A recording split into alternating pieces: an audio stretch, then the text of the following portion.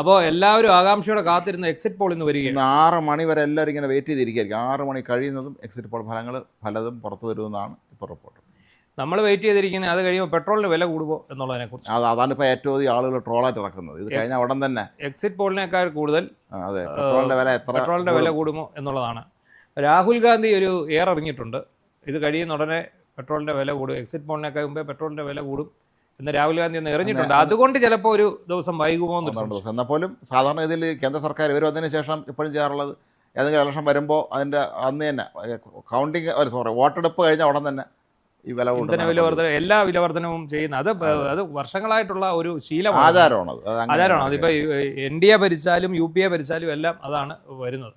ഇപ്പം നമ്മളെ സംബന്ധിച്ചിടത്തോളം ഇന്നിപ്പം ഏറ്റവും കൂടുതൽ ആകാംക്ഷയോടെ, അത് പതിവിലേറെ ആകാംക്ഷയോടെ കേരളത്തിൽ അടക്കമുള്ള ആൾക്കാർ കാത്തിരിക്കുകയാണ് എക്സിറ്റ് പോൾ ഫലങ്ങളെ കുറിച്ച്. അതെ, മാത്രമല്ല കേരളത്തിൽ ശരിക്കും പറഞ്ഞാൽ ഈ ഇരുകൂട്ടരും അവകാശവാദങ്ങൾ ഉന്നയിക്കുമ്പോഴും ഇപ്പോഴും രണ്ടു കൂട്ടരുടെയും അവകാശവാദത്തിന് അല്പം ശക്തി കുറഞ്ഞിട്ടുണ്ട്. അതാണ് ഇവിടുത്തെ ഏറ്റവും വലിയൊരു ചോദ്യം.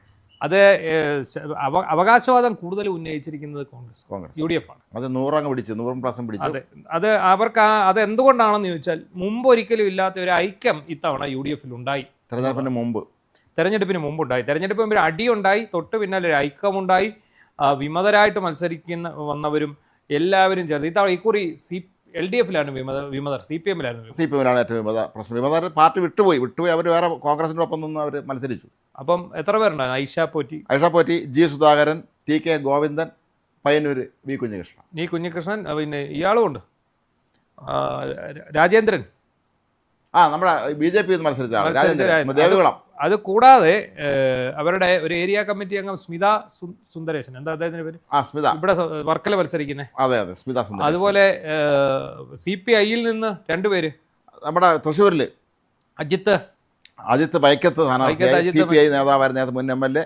അപ്പം നാട്ടികയിലെ മുൻ MLA അടക്കം CPI-യുടെ ആൾക്കാർ പോയിട്ടുണ്ട്. അതുപോലെ കോൺഗ്രസിന്റെ ഒരു നേതാവ് BJP-യുടെ സ്ഥാനാർത്ഥിയായി, 1 അല്ല 2-3 പേര്. നാട്ടിൽ നിന്നുണ്ടല്ലോ ഒരാൾ, അദ്ദേഹം 2020-യുടെ സ്ഥാനാർത്ഥിയായി. അതുപോലെ ചിറയൻകീഴിൽ അനൂപ് കഴിഞ്ഞ തവണ ഇവിടെ മത്സരിച്ചിരുന്ന കൊട്ടാരക്കര രശ്മി BJP കഴിഞ്ഞ കോൺഗ്രസ് ഐഷ പോറ്റിക്കെതിരായിട്ട് മത്സരിക്കുന്നുണ്ട്. എന്തായാലും അങ്ങനെ ഒരുപാട് നിർണായക ഘടകങ്ങളുള്ള ഒരു തെരഞ്ഞെടുപ്പാണ് കേരളത്തിനെ സംബന്ധിച്ചിടത്തോളം. പിന്നെ ഇവർക്ക് ഈ ആത്മവിശ്വാസം കുറയാനുള്ള ഒരു കാര്യം എന്താണെന്നറിയോ? ഈ 2 കൂട്ടരും കടുത്ത ആത്മവിശ്വാസം പ്രകടിപ്പിക്കുമ്പോൾ ഇപ്പോൾ പിണറായിയുടെയും കൂട്ടരെ ആത്മവിശ്വാസം കാണുമ്പം ഇവിടെ ചെറിയൊരു ചാഞ്ചാട്ടം ഉണ്ടാകും. അപ്പോഴായിരിക്കും ഇവിടുന്ന് അതിനേക്കാൾ ശക്തമായ രീതിയിൽ ഒരു പ്രചാരണം അഴിച്ചുവിടുന്നത്, മുഖ്യമന്ത്രിക്ക് അടി തുടങ്ങും. അപ്പോൾ അവിടെ ഒരു ചാഞ്ചാട്ടം, ചേട്ടാ ഇനിയും ഇതായിരിക്കുമോ ശരി. പക്ഷേ CPM-ന്റെ അണികളോടൊക്കെ നമ്മൾ വ്യക്തിപരമായിട്ട് ചോദിച്ചാൽ അവർക്ക് യാതൊരു പ്രതീക്ഷയും. അതാണ് ഇതിൻ്റെ വിചിത്രമായ കാര്യം. CPM-ന്റെയും കോൺഗ്രസിൻ്റെയും അണികളോട് നമുക്ക് അറിയാവുന്നവരോട് ചോദിച്ചാൽ ആർക്കും ഒരു ഉറപ്പും ഒരു നിശ്ചയമില്ല. CPM-മാർക്കാണ് കൂടുതൽ, കോൺഗ്രസ്സുകാർക്ക് പിന്നെ ഒരു ഉറപ്പുണ്ട്. അവർ നമ്മളോട് ചോദിക്കും എന്തുണ്ട് നിങ്ങളുടെ അഭിപ്രായം, എന്താണ്, കിട്ടുമോ, എങ്ങനെയാണ് എന്ന് ചോദിക്കും. പക്ഷേ CPM-കാർ പറയുന്നത് എന്താ അറിയോ? ഇത്തവണ കിട്ടില്ല, ഇത്തവണ കിട്ടരുത് എന്നാണ് അവരെല്ലാവരും പ്രാർത്ഥിക്കുന്നത്. കാരണം പിണറായി വിജയൻ്റെ 2 വർഷത്തെ ഭരണം കാരണം കേരളത്തിൽ ഉണ്ടായിരിക്കുന്നത് വലിയ അഴിമതിയാണ്. വലിയ അഴിമതി എന്ന് പറഞ്ഞാൽ ഇപ്പം കഴിഞ്ഞ 2 ദിവസങ്ങളിലായിട്ട് 2-3 വിഷയങ്ങൾ എൻ്റെ കൈ കിട്ടി. അതിൻ്റെ മുഴുവൻ രേഖകളും കിട്ടി. ഈ രേഖകളെല്ലാം നമ്മൾ പരിശോധിച്ച് വരികയാണ്. അതിൻ്റെ കിഫ്ബിയൊക്കെ ഒരു വലിയ ഒരു അഴിമതിയുടെ കൂടാരമാണ്. ആരംഭത്തിൽ അങ്ങനെ തന്നെ ആയിരുന്നല്ലോ. കിഫ്ബി അതിൻ്റെ ഉദ്ദേശ ലക്ഷ്യങ്ങളിൽ നിന്നൊക്കെ വ്യതിചലിച്ചിട്ട് കിഫ്ബിയിൽ പിൻവാതിൽ നിയമനം ഇഷ്ടം പോലെ കടം വാരി വെച്ചിരിക്കുന്നു. 60,000 കോടിയിലധികം കടമാണ്. ഇത് എങ്ങനെ തിരിച്ചടയ്ക്കും? അത് നാഷണൽ ബാങ്ക് മാത്രമല്ല, അല്ലാത്ത ബാങ്കുകളിൽ നിന്നും പണം എടുത്തിട്ടുണ്ട് അവർ. ഈ കിഫ്ബിയുടെ ഉദ്ദേശ ലക്ഷ്യം എന്തായിരുന്നു എന്ന് ചോദിച്ചാൽ അതിൽ നിന്നൊക്കെ വ്യതിചലിച്ചിട്ട് കിഫ്ബി വെറും റോഡ് പണി പാലമണിയിലേക്ക് മാത്രം. റോഡ് പണിയെന്ന് ഒരിക്കലും പൈസ ഇങ്ങോട്ട് കിട്ടില്ല. അപ്പം തിരികെ കിട്ടുന്ന രീതിയിലുള്ള കാര്യങ്ങളാണ് അവർ ശരിക്കും ഉദ്ദേശം. എന്താണ്? ഒരു കിഫ്ബി ഒരു സർക്കാർ ഏജൻസിയായി നിന്നുകൊണ്ട് ഈ കാര്യങ്ങൾ ഏറ്റെടുത്ത് നടപ്പാക്കിയിട്ട് അത് മുഖേന കിട്ടുന്ന ലാഭം കൊണ്ട് ഈ ലോൺ അടച്ച് കിഫ്ബിയെ സ്വതന്ത്രമാക്കുക എന്നുള്ളത്. പക്ഷേ ഇത് കിട്ടാവുന്നിടത്തുനിന്ന് എല്ലാം പിഴിഞ്ഞു. മസാല ബോണ്ടും ഗ്രീൻ ബോണ്ടും അതുപോലെ ലണ്ടനിൽ പോയി അതെ, ആ ബോണ്ടിന്റെ പേരെന്തുമായിരുന്നു? മസാല ബോണ്ട്. അതുപോലെ ഈ KFC-യുടെ പ്രവാസി ചിട്ടികൾ, KSF-യുടെ, അങ്ങനെയൊക്കെ കുറേ കാര്യങ്ങളുണ്ടാക്കി. അതൊരു അഴിമതി. ഈ UDF-ന്റെ കാലത്ത് നടന്ന തോട്ടണ്ടി അഴിമതി നമ്മൾ ഞെട്ടിക്കുന്നതാണ്. ആ തോട്ടണ്ടി അഴിമതി നടത്തിയവർ അഴിമതി കണ്ടെത്തി, CBI കണ്ടെത്തിയിട്ട് പിണറായി വിജയൻ പ്രോസിക്യൂഷൻ അനുമതി അതാണ് രസകരമായ കാര്യം. കോൺഗ്രസ്സുകാരെ രക്ഷിക്കുന്നത് ഇക്കാര്യത്തിൽ പിണറായി വിജയനാണ്. അവിടെ ഒരു അല്ല, ഞാൻ അതിന്റെ വേരുകൾ തേടിയത് കുറച്ച് പോയി.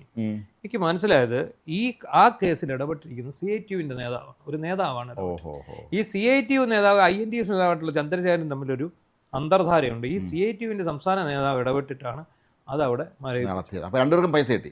അതുപോലെ കേരള ഫിനാൻഷ്യൽ കോർപ്പറേഷൻ എന്തൊരു അഴിമതിയാണ്, ഭയങ്കര അഴിമതി. ഈ അഴിമതി ലോൺ കൊടുക്കുന്നത് നമുക്കറിയാലോ, എന്തെല്ലാം തരത്തിൽ ലോണാണ് കൊടുക്കുന്നത്. ലോണ് കൊടുത്തിട്ട് പ്രോപ്പർട്ടി വെച്ചിട്ട് പല ലോൺ കൊടുക്കുന്നു. അതുപോലെ ഈ പ്രോപ്പർട്ടി ലോൺ വെച്ച പ്രോപ്പർട്ടി ഉണ്ടല്ലോ, ആ വെച്ച പ്രോപ്പർട്ടി ഇവരുടെ ഉദ്യോഗസ്ഥരുടെ ബന്ധുക്കളുടെ പേരിൽ ബിനാമി രീതിയിൽ ഇവർ കൈക്കലാക്കുകയാണ്. കണ്ണായ പ്രോപ്പർട്ടി ഇവർ കൈക്കലാക്കുകയാണ്.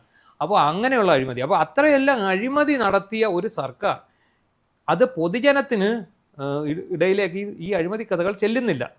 ഈ അഴിമതി കഥകൾ ചെന്നാലും ഇവർ ഈ CPMന്റെ ഈ സൈബർ സേനകളും ഇവരുടെ ചാനൽ ചർച്ച ചെയ്ത് വളവള അടിക്കുന്ന എല്ലാവന്മാരും കൂടി ഇതിനെ ആടിനെ പട്ടിയാക്കും. അപ്പം അങ്ങനെയുള്ള ഈ അഴിമതികൾ മുഴുവൻ പുറത്തു വരുമെന്ന് കണ്ട് ഭയന്നിട്ടാണ് ഇപ്പോൾ പിണറായി വിജയൻ ഇരിക്കുന്നത്. കാരണം എന്താണെന്നറിയാമോ, ഇത് ഭരണം അറിയത് മുഴുവൻ പുറത്തു വരും. ഇപ്പം തന്നെ KFCയിലെ അഴിമതി രേഖകൾ ഞാൻ പരിശോധിച്ച് വന്നപ്പോഴേ രസം എന്താണെന്നറിയോ, 2 വൻ അഴിമതി അവിടെ വിജിലൻസ് ഓഫീസറാണ് ജ്യോതികുമാർ എന്ന് പറയുന്ന DYSP ഡെപ്യൂട്ടേഷനിൽ അവിടെ വിജിലൻസ് ഓഫീസറാക്കിയ അദ്ദേഹം കണ്ടുപിടിച്ച 2 അഴിമതികളുടെ രേഖകൾ ചെതല് നിന്ന് പോയി. വളരെ സിമ്പിളാണ്, അത്രേ ഉള്ളൂ.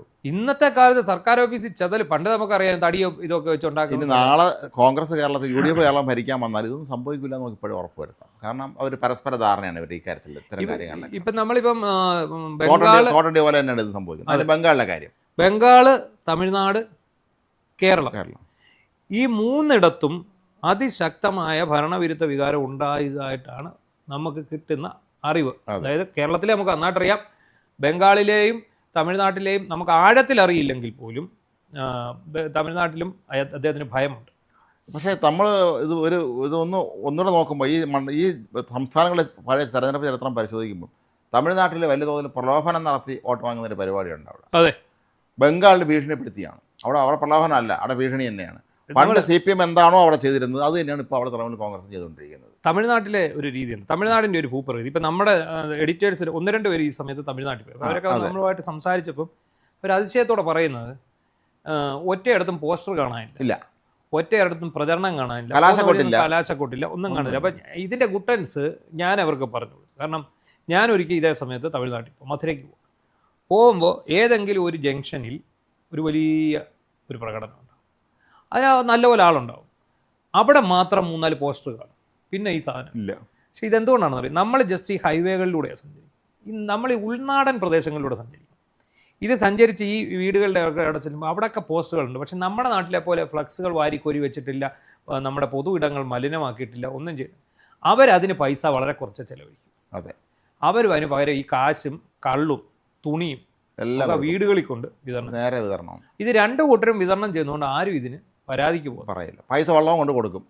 അത് കൂടുതൽ പൈസ കിട്ടുന്നവനും കള്ള് കൊടുക്കും. ഇത് അതിൻ്റെ അവിടെ ഈ ക്വാർട്ടർ കുപ്പിയോ ചെറുത്. നമ്മുടെ നാട്ടിൽ ഇപ്പോൾ ക്വാർട്ടർ കുപ്പി അടിക്കുന്നവർ കുറവാണ്. ഇപ്പോൾ ഷെയർ ഇട്ടടിക്കുന്ന കാരണം എല്ലാവരും ഫുള്ള് അല്ലെ ലിറ്ററൊക്കെ വാങ്ങത്തുള്ളൂ. ക്വാർട്ടർ കുപ്പി ആകുമ്പോൾ അവിടെ നമ്മളിപ്പോൾ തമിഴ്നാട്ടിൽ പോയി പിന്നെ ഒരു ബ്രാൻഡഡ് മദ്യം വാങ്ങാൻ നോക്കിക്കും. ഇപ്പോൾ മോർഫ്യൂസ് എന്ന് പറയുന്ന ഒരു മദ്യം തമിഴ്നാട്ടിൽ ചെന്നൊന്ന് വാങ്ങാൻ നോക്ക്. അത് എങ്ങനെ കിട്ടുന്നത് അറിയോ? ക്വാർട്ടർ കുപ്പിയാണ്. അത് നമ്മളൊരു ഫുള്ള് ചോദിച്ചാൽ അവർ കുറേ ക്വാർട്ടർ വാരി പൊതിഞ്ഞു തരും. അങ്ങനത്തെ ഒരു അവസ്ഥയാണ് അവിടെ ഉള്ളത്. അപ്പം ഇതൊക്കെയാണ് അവിടുത്തെ കൈക്കൂലി എന്ന് പറയുന്നത്. എന്നാൽ ബംഗാളിലെ സ്ഥിതി അതല്ല. ബംഗാൾ ഇപ്പം CPM ഭരിച്ചതിന് സമാനമായ അവസ്ഥയിലാണ് തൃണമൂൽ കോൺഗ്രസിന്റെ കീഴിൽ കാര്യങ്ങൾ പോകും. പക്ഷെ അവിടെ SIR നടപ്പിലാക്കി എന്നുള്ളതാണ് ഇത്തവണ BJPക്ക് ചെറിയൊരു പ്രതീക്ഷ കൊടുക്കുന്ന ഒരു കാര്യം. പിന്നെ മാത്രമല്ല അവിടെ CPM ഇത്തവണ ഭയങ്കര ശക്തമായിട്ട് ആത്മവിശ്വാസത്തോടെയും പേടി കൂടാതെയും പ്രകടനം നടത്തി. കേരളത്തിൽ നിന്ന് പോയ ഏക നേതാവ് ബേബിയാണെന്ന് തോന്നുന്നു, MA ബേബിയാണെന്ന് തോന്നുന്നു. വേറെ അങ്ങോട്ട് പോയി അല്ല, CPM തിരിച്ചു വരുന്നു എന്ന് അവർ പറഞ്ഞു. CPM തിരിച്ചു വരുന്നത് എന്തുകൊണ്ടാണ്? BJPക്കാർ ട്രോൾ ചെയ്തു. എടാ, അമിത്ഷായുടെ കേന്ദ്ര പട്ടാളം ഇറക്കിയില്ലായിരുന്നു, നീ ഒന്ന് ഒരു 2.5 ലക്ഷം ഇറക്കി. കാരണം അവിടെ ഈ പറയുന്ന BJPക്കാരെ വരെ ഓടിച്ചിട്ടടിക്കുകയാണ് തൃണമൂൽ കോൺഗ്രസ്. ചോദ്യമില്ലല്ലോ. പണ്ട് എന്താണ് അവിടെ CPM ചെയ്തുകൊണ്ടിരുന്നത്, ഇന്ന് അവിടെ തൃണമൂൽ. ഈ പഴയ അവിടുത്തെ CPM-കാരനെ തൃണമൂൽ ചേർന്നു എന്നാണ് പറയപ്പെടുന്നത്. ജംഗിൾ രാജാണ് അവിടെ. ജംഗിൾ രാജായിട്ട് അവിടെ സ്ത്രീകളെ ബലാത്സംഗം ചെയ്യുന്നു, പിന്നെ കുരുന്നുകളെ ബലാത്സംഗം ചെയ്യുന്നു, ചോദിക്കാൻ ചെല്ലുന്നവരെ വീട് കത്തിക്കുന്നു, അവരെ എല്ലാം അടിച്ചു കൊല്ലുന്നു. വളരെ വല്ലാത്തൊരു അവസ്ഥയാണ് ബംഗാളിൽ. ഇത്തവണ ബംഗാൾ ജനം വിധി എഴുതുന്നത് BJPക്ക് അനുകൂലമായിട്ടായിരിക്കും. കാരണം CPM-നെ ഇനി അവർ കൊണ്ടുവരത്തില്ല. കാരണം അത് അവർ ഒരു തവണ അനുഭവിച്ചിട്ടാണ് മറ്റൊരു ബദല് തേടി തൃണമൂൽ കോൺഗ്രസ് ചെന്നത്. അല്ല BJP-യുടെ കാര്യം പറയുമ്പോൾ കേരളത്തിലെ BJP-യുടെ ഒരു പ്രോസ്പെക്ട്സ് എങ്ങനെയായിരിക്കും? അഡ്ജസ്റ്റ്മെന്റ് രാഷ്ട്രീയമല്ലേ? ആയിരിക്കും. അഡ്ജസ്റ്റ്മെന്റ് രാഷ്ട്രീയമാണ്.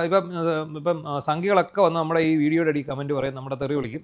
പക്ഷെ പറഞ്ഞിട്ട് കാര്യമില്ല, അഡ്ജസ്റ്റ്മെന്റ്. പക്ഷെ നേതാക്കളുടെ അഡ്ജസ്റ്റ്മെന്റ് ഇത്തവണ നടന്നിട്ടുള്ളൂ. അണികളുടെയോ മനസാക്ഷി വോട്ടർമാരുടെയോ അഡ്ജസ്റ്റ്മെന്റ് നടന്നിട്ടില്ല. അവർ ശക്തമായിട്ട് അവർക്ക് മനസ്സിലായി കാര്യങ്ങൾ. ഈ കേരളത്തിൽ പിണറായി വിജയനെതിരെ കൊണ്ടുവന്ന ആരോപണങ്ങൾ മുഴുവൻ അട്ടിമറിക്കുകയും, ആരോപണങ്ങളല്ല സംഗതി എല്ലാ സത്യമായ കാര്യങ്ങൾ അട്ടിമറിക്കുകയും, ആ അട്ടിമറിച്ച് അയാളെ രക്ഷിക്കുകയും അയാളുടെ മകളെ കുടുംബത്തെ മൊത്തം കേസുകളിൽ നിന്ന് രക്ഷപ്പെടുത്തുകയും ചെയ്തത് BJP ആണെന്നുള്ളത് എല്ലാവർക്കും അറിയാം. പിന്നെ BJP ഇത്തവണ ഈ മറ്റേ സ്ഥാനാർത്ഥികളെ കുറെ പേര് അജ്ഞാതരായ കുറെ ആളെ കൊണ്ടുവന്നു. അവര് 2020 എന്ന് പറഞ്ഞൊരു ഷെൽ കമ്പനി രൂപീകരിച്ച് ആ കമ്പനി വഴി അവർ കുറെ പേരെ കൊണ്ടുവന്ന് ചില സ്ഥലങ്ങളിൽ കോൺഗ്രസിനെ തോപ്പിക്കാൻ വേണ്ടി കുറെ സ്ഥാനാർത്ഥികളെ ഇട്ടു കൊടുത്തു. എന്തായാലും ട്രോളന്മാർക്ക് നല്ല കൊയ്ത്തായി ഇവരെ സ്ഥാനാർത്ഥിയാക്കി. എന്തായാലും ഇന്ന് വൈകിട്ട് എക്സിറ്റ് പോൾ ഫലം വരികയാണ്. അതിനൊപ്പം നമ്മൾ എക്സിറ്റ് പോൾ ഫലത്തേക്കാൾ ആകാംക്ഷയോടെ പൊതുജനം കാത്തിരിക്കുന്നത് ഇന്ധനവില വർദ്ധിക്കുമോ എന്നുള്ള കാര്യത്തിലാണ്. പശ്ചിമേഷ്യൻ യുദ്ധ സംഘർഷത്തിന്റെ പശ്ചാത്തലത്തിൽ 15 രൂപ മുതൽ 25 രൂപ വരെ പെട്രോളിനും ഡീസലിനും വർദ്ധിക്കാമെന്നാണ് പറയുന്നത്. ഡീസലിനാണ് വില കൂടാൻ പോകുന്നതെന്നാണ് കേട്ടത്. അത് മാത്രമല്ല, ഗ്യാസിനും വില വർദ്ധിച്ചുകൂടാകുകയില്ല. ഇന്ധന വിലയ്ക്കൊപ്പം നമ്മുടെ ഗ്യാസ് സിലിണ്ടറുകൾക്ക്, ഗാർഹിക അടക്കമുള്ള ഗ്യാസ് സിലിണ്ടറിനും വില വർദ്ധിക്കാൻ സാധ്യതയുണ്ട്. അപ്പോൾ നമ്മൾ 2 കാര്യങ്ങളാണ് 6 മണിക്ക് ശേഷം കാത്തിരിക്കുന്നത്. ഒന്ന്, ഇന്ധന വില വർദ്ധിക്കുമോ. 2, എക്സിറ്റ് പോളിൽ ഈ 3 സംസ്ഥാനങ്ങളിൽ ആരൊക്കെ അധികാരത്തിൽ വരും എന്നുള്ളത്.